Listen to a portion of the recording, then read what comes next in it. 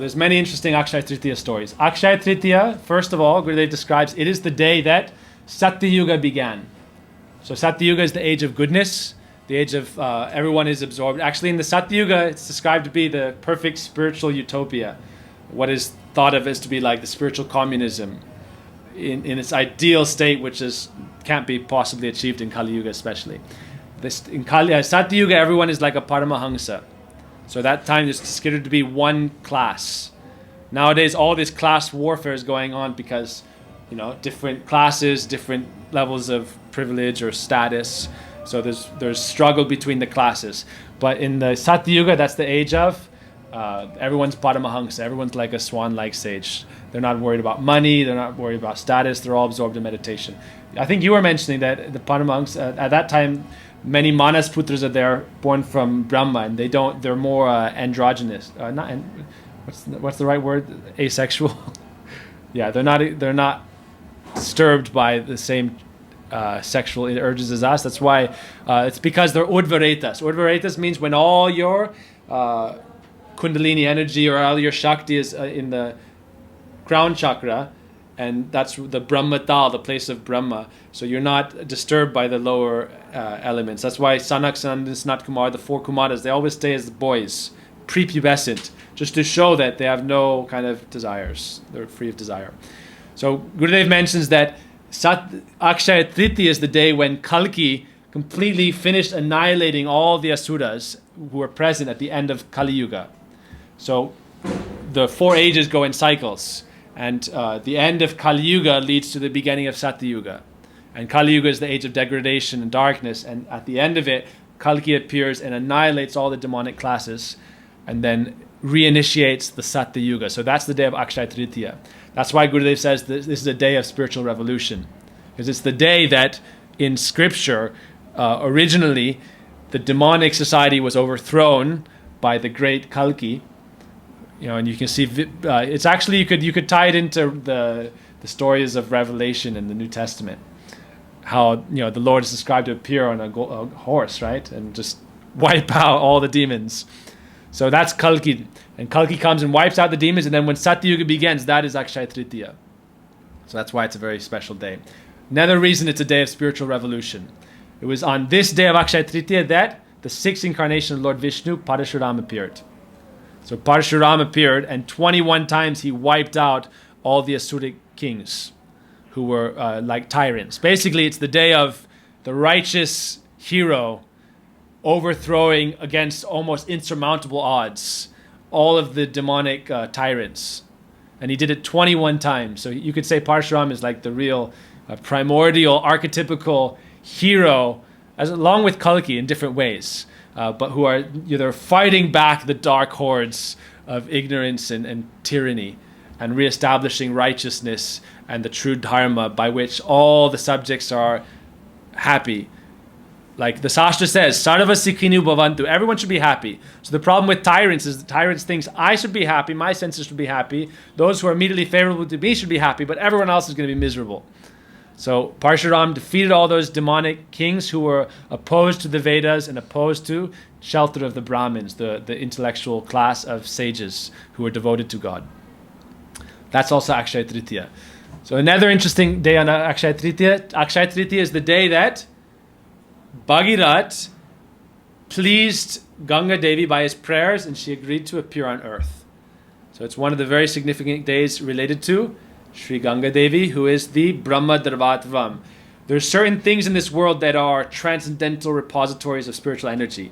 They're the actual bodies of the transcendental entity in this world in a physical form, because if they don't make a physical manifestation, we cannot perceive them at all. So Ganga Devi, Tulsi, Giriraj, Jamuna, these are certain Shalagram. The Lord and his energies appear in physical form, even though it's spiritual, in order to give us like Arundatina. We need to see the Lord in a way that we can access him. So Ganga Devi appears on this day also, Akshaya Tritiya. Another interesting Akshaya Tritiya occasion is Badri Narayan. So Nara Narayan Rishi, who was actually one manifestation of Krishna and Arjuna, they did meditation under the Buddha, like the Bodhisattva. They did meditation under a tree, And Lakshmi Devi appeared and sheltered the Lord as a, what was it? Was it Pipal? She appears and as a tree to shelter the Lord because he was doing austerity under the sun for a long time. So she sheltered him, and he does austerity for many, many, many tens of thousands of years.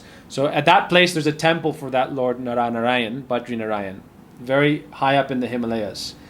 It's Kedar Badri, right? So for 6 months in the deepest part of the winter, that place is closed off to mortals, meaning you cannot access it. It's so trapped, in the middle of all this glaciers and snow that comes in the winter that you cannot access it, and the temple is closed for 6 months.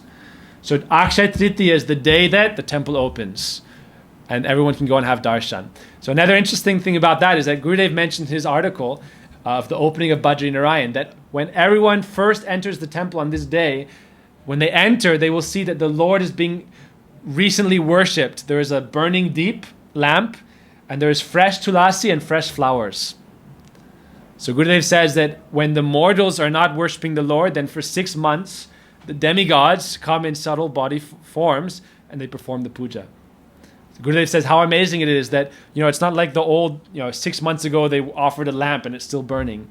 Or 6 months ago they offered tulsi and it's still perfectly fresh. He said they came and the fresh tulsi is there, fresh flowers are there, fresh lamp is there. So that's also Akshaya Tritiya day.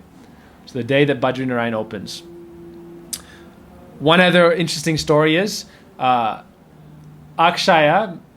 There's a famous Akshaya story, which is Draupadi and the Pandavas. When they were exiled to the forest, Draupadi was always lamenting, thinking that, how can I serve all our guests, and especially my husbands, the Pandavas, and Kunti, my mother.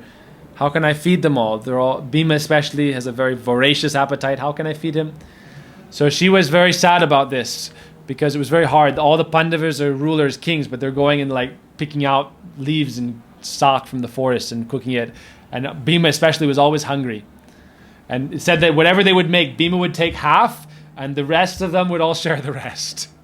So she would cook. They would have to set aside half for Bhima, and then all the 4 other brothers, and so 6 of them, Draupadi and Kunti, they would share. Or Kunti wasn't there at that time, was she? I don't think Kunti was there. Anyhow, they would share the rest. So the story is that when Krishna once came, that Draupadi, when Durvasa went there with the 60,000 sages, Duryodhan served Durvasa, pleased him. Then Durvasa, he asked the boon that Durvasa should go and be the guest of the Pandavas, but after they have finished their meal. So actually, the story of Akshaya Patra is that Krishna instructed Yudhisthira, this is the story, to worship Surya Dev, and then Surya Dev gave him this pot, which is called Akshaya. So no matter how much it said they can feed the entire universe. That one time Draupadi gave 1 grain to Krishna, and he said, if I'm satisfied, the whole universe is satisfied. So he arranged that they got this Akshaya Patra pot, by which when Draupadi would cook in it, after she cooked, they could feed unlimited people, because many sages and kings and other people would come and visit the Pandavas. So they were thinking, how will I feed them? So Akshaya Tritiya is the day that they got this Akshaya Patra pot.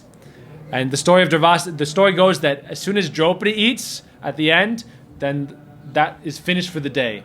And so then she'll have to cook again for the next day. But until she eats, she can feed the whole universe. So that's also the specialty of Akshaya Patra. It's like if you're under the shelter of Krishna and his Shakti, there's actually stories of Prabhuji. There's a story in Mathura once that some people had some black magic on them, and they were suffering from that. And they came to Prabhuji asking for help. And so Prabhuji started talking to them very sweetly. Then he had these small little tiffins in his room. Small tiffins. And he began feeding them prasad. And it's described that it was like he was feeding them so much, it was like endless. Like from these little tiffins, like one item, another item, like 30, 40 items, and kept putting more. They eat it, put more on it, put more on it. They said, what are you doing? He said, I'm doing white magic. To counteract the influence of the black magic. But that's an example how Vaishnavas have this Akshaya Patra. Like we see with Prabhuji. Before the coronavirus started, Prabhuji, by inspiration, he thought, something is happening. So he bought hundreds of 15-liter cans of oil and ghee, and then hundreds and hundreds of bags of rice, dal, because it's very difficult now to go out and get anything. Like even last night, Kamal and Acharya, they went at midnight to Mathura and brought back 20 bags of potatoes, Loki, and everything, and even then there was 100 cops regulating it very carefully, and so they're only opening for a couple hours. So wherever the Vaishnavas are, no one will ever be hungry. That's what is Akshay Patra. Under Krishna's shelter, in Akshay Patra, it means that the Vaishnavas, Krishna said, my Lakshmi can beg, but the Vaishnavas will never beg. So even if it looks like they're begging, ultimately, they'll never go hungry. That's why in Parangurudev's life, once when a Vaishnav came, he wanted to serve this Vaishnav prasad, but he didn't have any money. And so a sparrow came and dropped a pouch, and in the pouch there was like 36 anna, which is like some paisa, you know. And with that, it was a Kadashi, so he bought many nice preparations and fed the Vaishnav. So it's shown that the Vaishnavas, ultimately, they will never go hungry. So if you're near the real Vaishnavas, they can feed thousands and thousands of people and nothing is ever diminished. So sometimes we see, you know, thousands and thousands of people come for prasadam, and yet the prasad is just endlessly flowing. Once we're trying to calculate how many plates of prasadam Prabhuji has cooked himself and distributed, and it's like millions now. Because for 45 years he's been cooking and serving Vaishnavas. You know, Kartik, Navadvip, one time in 86, Mahaprabhu's 5th centennial. That time Prabhuji said he cooked for 100,000 people.